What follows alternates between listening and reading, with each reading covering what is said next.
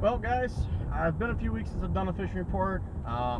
Took a little time off, did a trip back home, do a little smallmouth fishing on the Raisin River down in Monroe, where I grew up, and had a good trip. Enjoyed my time off, but I've been back at work here for a week or two now, just getting caught up with everything.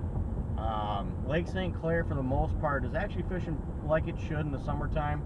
The bug hatches are pretty much done. There's still a few spurts here and there, but don't really, talk yourself out of you're going to catch fish when you hear about these bug hatches that happen at this time of the year.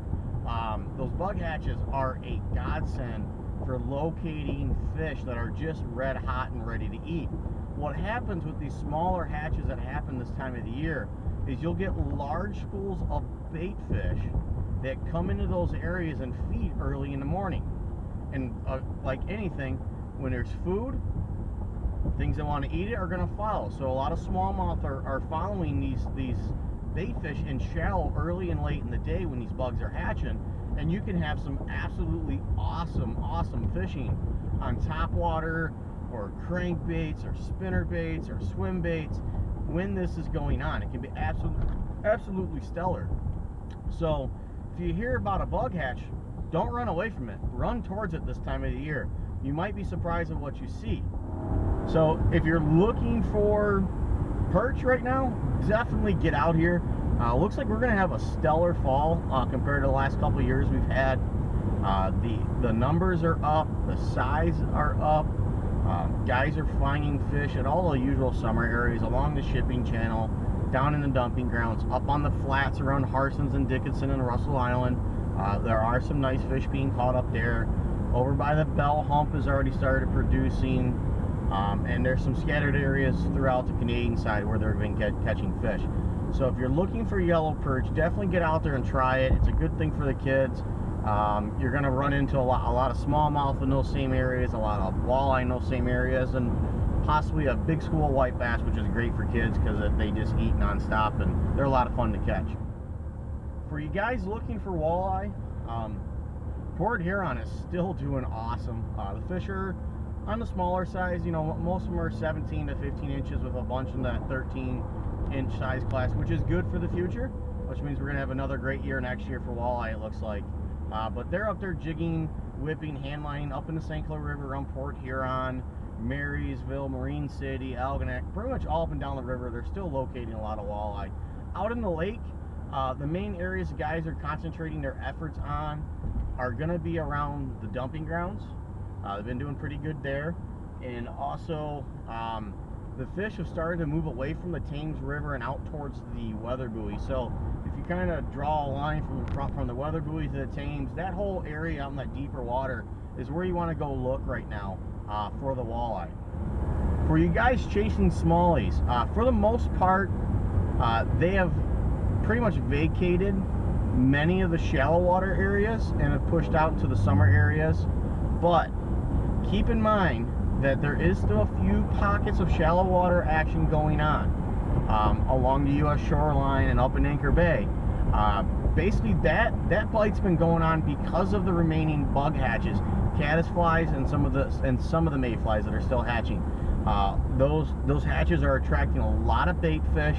You know, smallmouth are going there. So if you're in a tournament scenario, those might be key areas to go get 5 in a boat really quick, right at blast off, so you can fish more relaxed and focus on big fish areas for the rest of the day.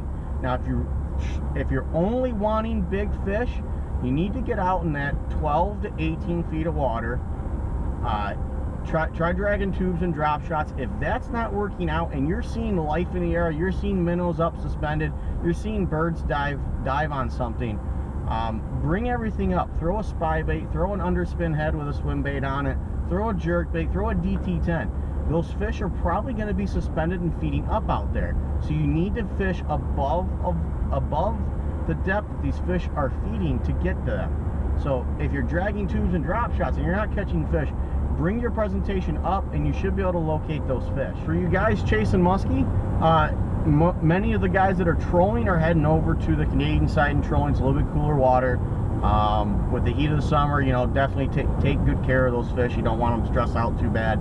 If you're looking for casting action, there is still some fish being caught up around Grassy Island and along the channels coming out through the flats.